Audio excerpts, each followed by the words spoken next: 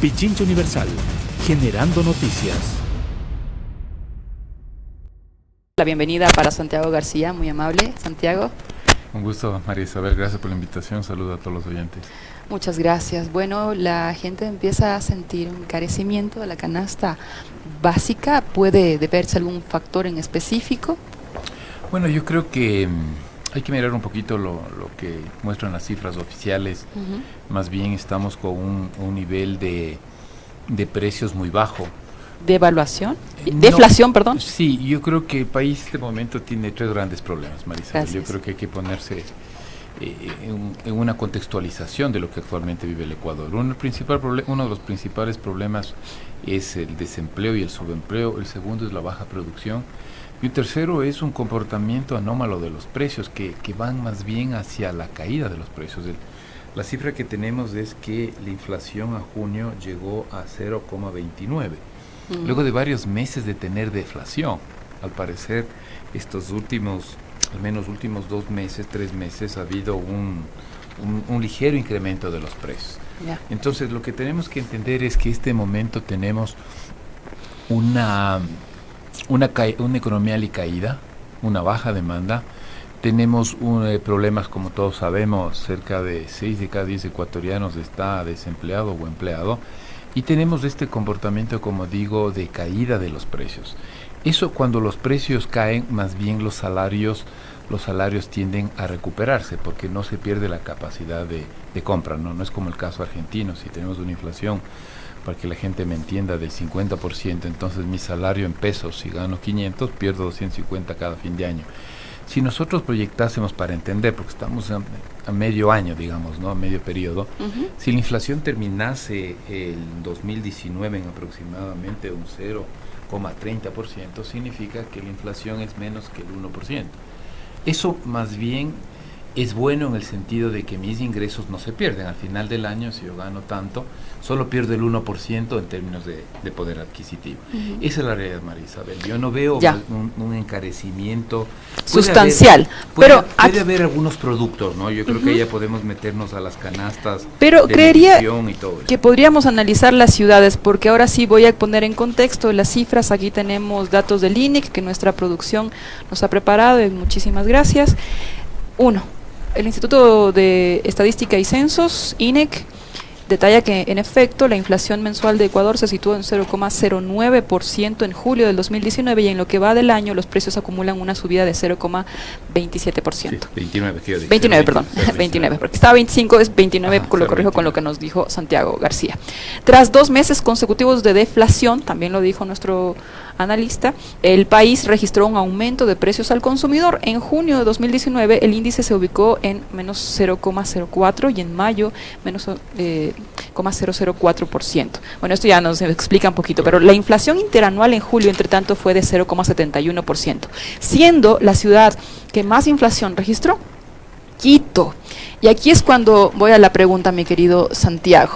Aquí tenemos un cuadro comparativo de la canasta familiar en las distintas ciudades. Podemos ubicar claramente que hay un incremento. A ver, esto es julio... del presente año, ¿no? El mes anterior, julio. Los datos disponibles. Es julio del 2018 versus julio del 2019. Entonces, si es que comparamos del año pasado, la canasta básica, $707, sube a $728 en Guayaquil, y en Quito 727 a $728. En ciudades como Ambato, Ambato sí tiene un bajo costo, Machala, y también Santo Domingo de los Áchilas, la canasta básica está en menor precio. ¿Por qué ocurre esto? Bueno, hay que explicar un poquito, ¿no? La canasta básica significa lo que una familia en términos normales, ¿no es cierto?, de 4 miembros necesita para sobrevivir, para tener una vida más o menos decente. Son 75 productos, son 359 productos que conforman la canasta de artículos de bienes y servicios básicos. Entonces, el INEC cuantifica las dos cosas. Cuantifica los precios, la inflación, cómo se mueve la inflación, y también cuantifica la canasta familiar básica. Esta canasta, como digo, son 359 productos. Luego se mide, ¿no es cierto? Este momento la canasta básica está en lo que tiene que ver este momento de 715.74.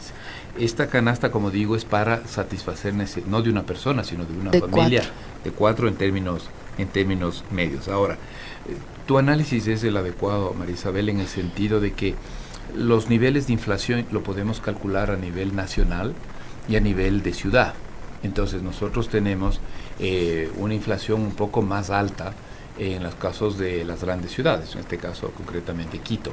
Como al tener una inflación un poco más alta que el resto de ciudades, entonces lo que tenemos se encarece la canasta familiar básica. Pero, María Isabel, si uno revisa, yo el análisis que haría este momento es que a medio semestre, porque si cogemos solamente julio, nos queda el análisis un poquito medio suelto, ¿no? Porque mañana el mes de agosto puede cambiar, seguramente la inflación el mes de agosto va a ser un poquito más baja, y septiembre, yo diría entre agosto y septiembre, o a finalizar este mes y septiembre, por la compra de los útiles, por la necesidad de comprar ropa, por la necesidad del nuevo año escolar, sobre todo la sierra, posiblemente suba.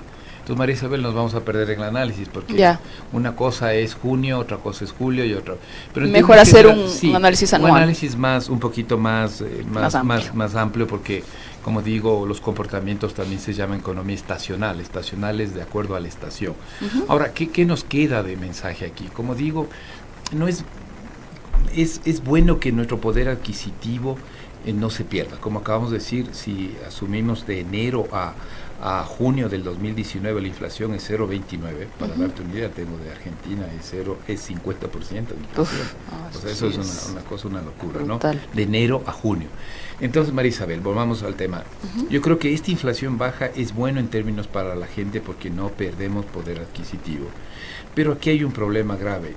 Precios tan bajos tiene dos repercusiones. Una en la inversión, porque al caer los precios, como estamos viendo, al tener un nivel de desenvolvimiento de precios muy bajo, y como dijimos al inicio, incluso en algunos meses los precios han caído, pues no hay inversión. Si yo soy un empresario de textiles y vemos que en los primeros meses de este año los precios de los textiles, de los productos textiles cayeron, pues lo que voy a hacer es o a producir menos o a invertir menos, porque digo, bueno, si es que el precio está tan bajo, mejor aguanto a ver qué pasa. Claro. Y eso es lo que nos está sucediendo, por eso es parte de la explicación para que no haya empleo. No puede haber empleo si no hay inversión, no puede haber empleo si no hay producción. Entonces estamos metidos, María Isabel, en una circunstancia súper compleja. Como digo, los tres elementos adversos de la economía se están juntando durante 2019. Baja producción, una ralentización de la economía. El FMI insiste, la economía este año es un año perdido, se prevé menos 0,5% de variación. Es decir, si esto fuese una empresa, las ventas de esta empresa va a caer 0,5%, o sea, no hay recuperación. Segundo, el tema del desempleo es un tema grave, sobre todo desempleo y subempleo. Y el tercero, para completar el panorama, es estos precios bajos, ¿no? Que mirándolos así, no es que sea una tragedia como tal, ¿no? O sea, si yo me pusiese a pensar este momento y estuviésemos hablando de países vecinos, diríamos, bueno, el tema inflacionario nos preocupa. El Ecuador, el tema inflacionario, como digo, es un comportamiento anómalo que está mostrando esta realidad complicadísima de la economía. Yo creo que los ecuatorianos, ya hablando de posibilidades a futuro, los ecuatorianos necesitamos recuperar producción, necesitamos recuperar empleo, ¿sí? Superar los grandes problemas de subempleo, y yo diría pagar un poquito la factura con algo más de inflación. Ecuador tradicionalmente, tengo el dato, en el 2001-2006 tuvo una inflación del 11,5 en el periodo, llamémosle, liberal. En el periodo de los mejores años del gobierno de Rafael Correa tuvimos una inflación del 4,4 en promedio, 4,4. Cuando la economía se nos cae en el 2015, hemos hablado aquí muchas veces que todo esto empezó en el 2015, en el 2015-2018 la inflación se nos baja al 1,5%. No hay valores de inflación óptimos, esa es la realidad, pero obvio que si tenemos precios muy desembocados, muy grandes, la economía se altera y no sirve a nadie. Pero una inflación entre 1 o 2%, pero si tuviésemos empleo y tuviésemos producción, yo diría, bueno, pagamos esa factura. Lo que insisto es que estamos en una circunstancia de tal naturaleza que todo se nos viene en contra. Ya, es que justamente hay algún indicador de que de pronto no se están poniendo los acentos en donde debería ponerse, porque acá nos comparten por interno, si cae la demanda, ¿suben los precios? Claro, si cae la demanda, bajan los precios, como está pasando hoy. Al revés, si cae la demanda... ¿Pero por qué entonces ha subido un poquito la canasta? Lo que pasa es, para no verlo así como usted dice. Sí, lo que pasa es que hay que tener mucho cuidado de mes a mes, ¿no? Ya. Lo que ahora veo, el gobierno está tratando de posicionar la idea de que la economía, al recuperarse un poco, ¿no es verdad? Los precios también no están cayendo tanto, ¿no? Y por eso es que dice, mira, la inflación de junio es la más alta de los últimos años. Ya, pero sigue siendo, y claro, hay que contentarnos de que no sea negativa la inflación, es decir, no haya deflación. Pero por eso que yo decía... Que sí estuvimos en deflación. Que estuvimos en deflación, por eso es que el tema es que la economía tiene un comportamiento tan malo, tan mediocre, ¿no? Que algunos meses hay deflación, en el otro se recupera un poquito, es lo mismo que el desempleo y el subempleo. Hay meses que... Pero estamos en una situación complicada. Eso, porque para completar esa pregunta que la dejé a medio gas, como dirían. ¿Dónde no se está poniendo los acentos? Porque justo usted decía, Santiago, que hay una ralentización de la productividad y esto también constriñe Sí, por supuesto. A la circulación. Hay un bajo crecimiento de la economía. Por ejemplo, si uno ve las estadísticas vinculadas con los diversos sectores, pocos sectores en realidad se están recuperando. Por ejemplo, el sector que no se está recuperando, el sector de la construcción. Un sector que algo se ha recuperado tiene que ver con sectores más bien de tipo exportador. Está bien, el camarón. Los que mejor están. No tan bien, porque acabamos de ver, y seguro ahora a la invitada explicará más tarde la situación del G7. Siguen latentes los problemas de guerra comercial entre China y Estados Unidos. Y hay rato un conjunto de medidas que posiblemente ya tome Estados Unidos, como subir la tasa de interés, y eso mueve los capitales y eso nos pone en complicación a toda América Latina. Wow. El comercio se nos cae porque no hay importaciones, o las importaciones crecen menos de lo que uno podría esperar. Si las importaciones de los países ricos se reduce, entonces mis exportaciones de un país en desarrollo como Ecuador se caen. Claro. Entonces por eso digo, yo hay que entenderlo en un contexto un poco más amplio, ¿no? De dificultades de la economía. Tú, María Isabel, nos planteas algo así, bueno, ¿y dónde no se está poniendo el acento? Donde no se está poniendo el acento, al final del día es, no tenemos recuperación de la producción, no hay una política clara de inversión.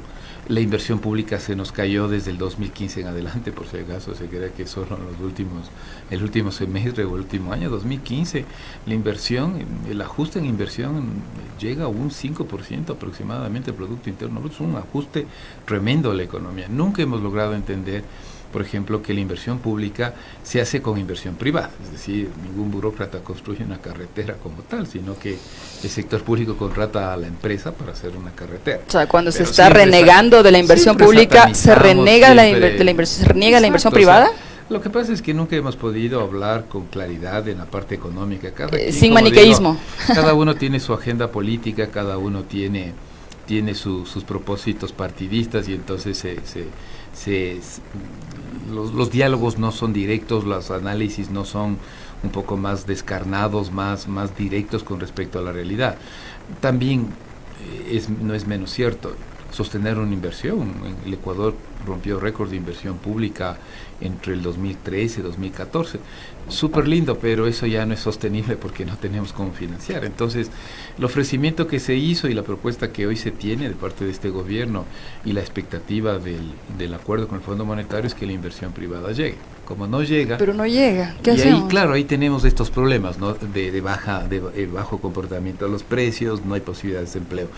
Yo creo que hoy más que nunca hay que hacer un llamado para que la inversión privada se haga presente y creo que ahí se requieren algunos elementos que se van a dilucidar entre estos meses. A la opinión pública diría, tenemos que estar atentos a estos meses entre agosto y septiembre, incluso por las negociaciones que tenemos con el Fondo Monetario.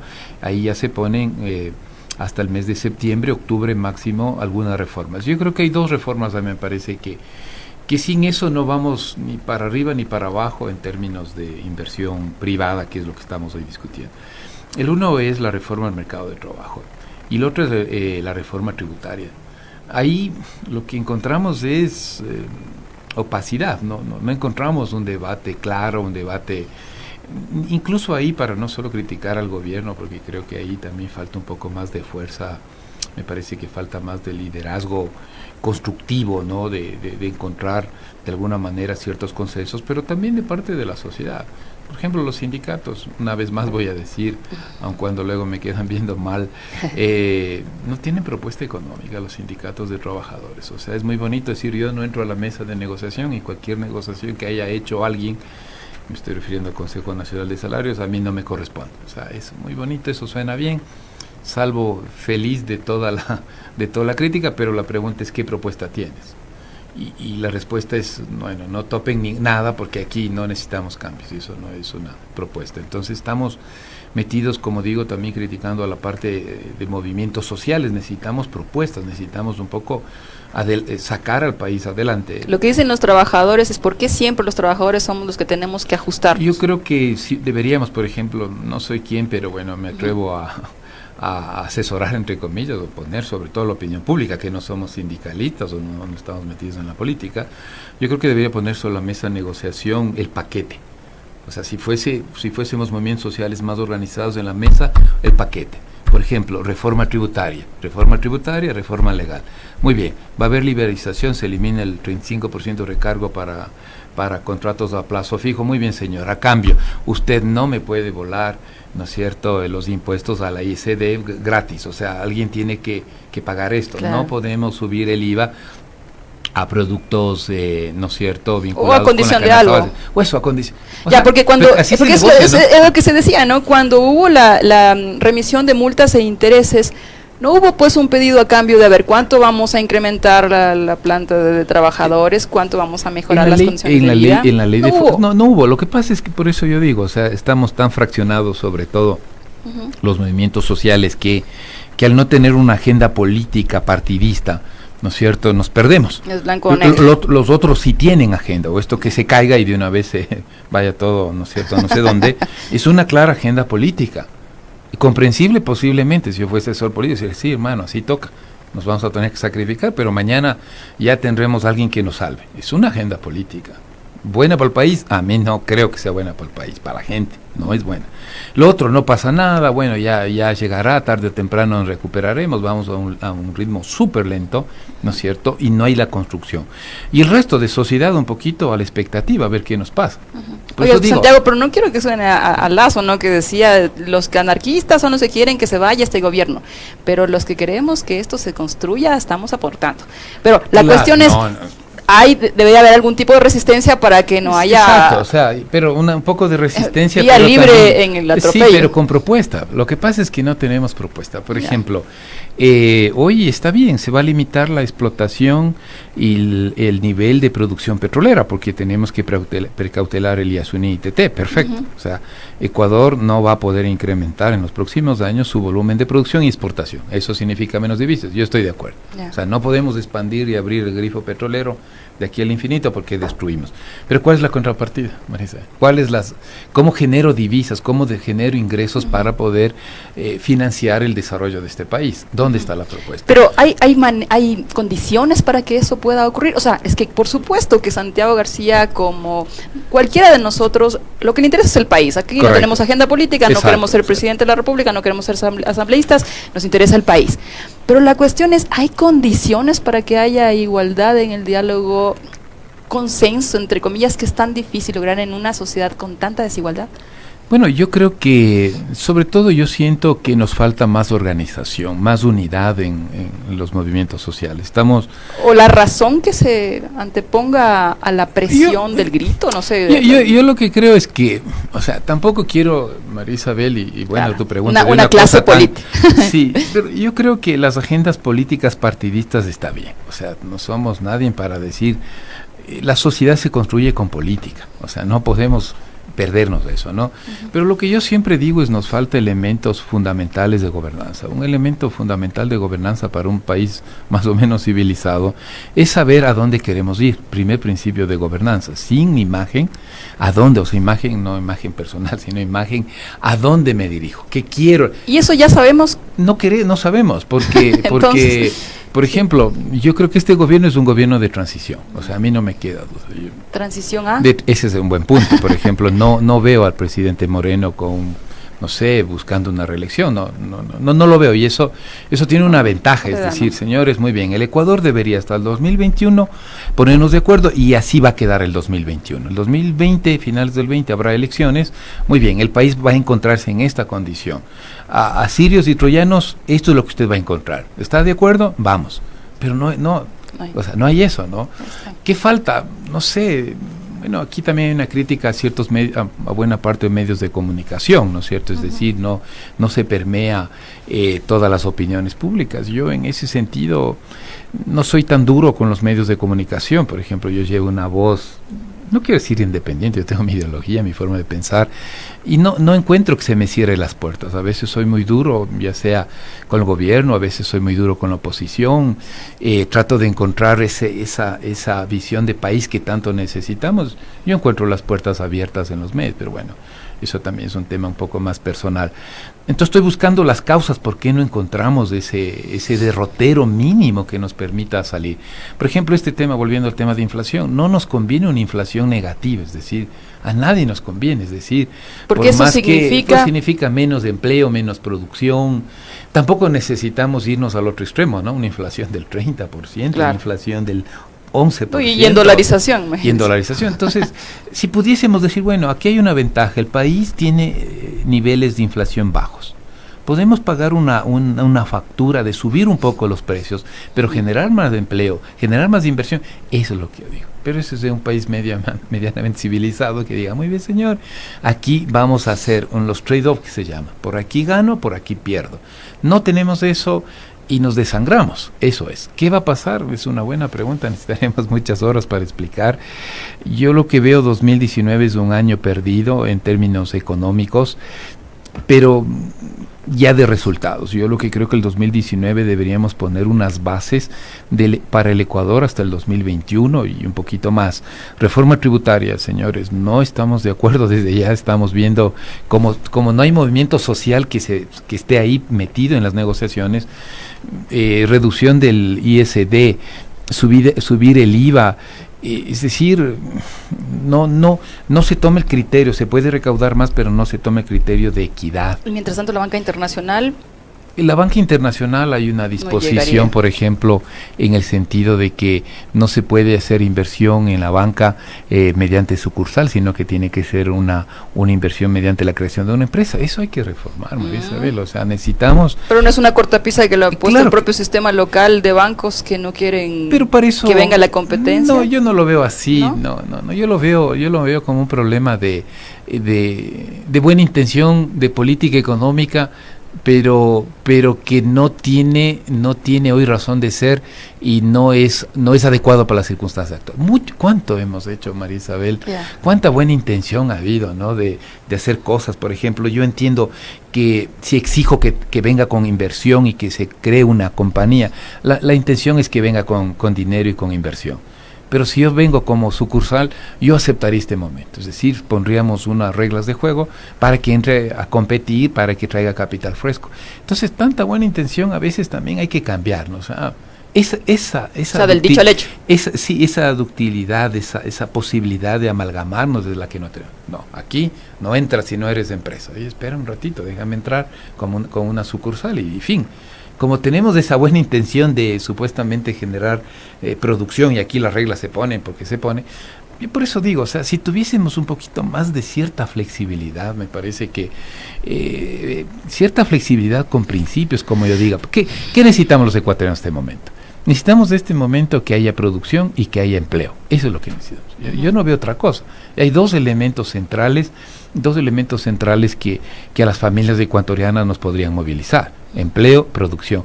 Añadiría un tercero: que el conflicto ecosocial, ecológico, no se nos vaya de la mano. Todos los países, todas las sociedades atraviesan por problemas hoy cada vez más del cambio climático, del cambio, la destrucción de la naturaleza. No podemos irnos al otro extremo, destruir las fuentes del agua por la minería. Pero yo estoy de acuerdo que hay que hacer gran minería, aplicar lo que dice la Constitución. No puede hacerse para eso está establecido con claridad, áreas protegidas, sitios urbanos. O sea, ¿qué tan difícil cerca es de fuentes de agua. Pero es que claro, el tema es, ¿no es cierto? Un tercio dos tercios del territorio son así. Sí. Nos queda como bien poquito. Claro, pero son tantas cosas. Y llegas al extremo, ¿no es cierto?, en que un cantón te dice: muy bien, señor, si usted me quita la posibilidad de producción minera, yo me cambio a otra provincia.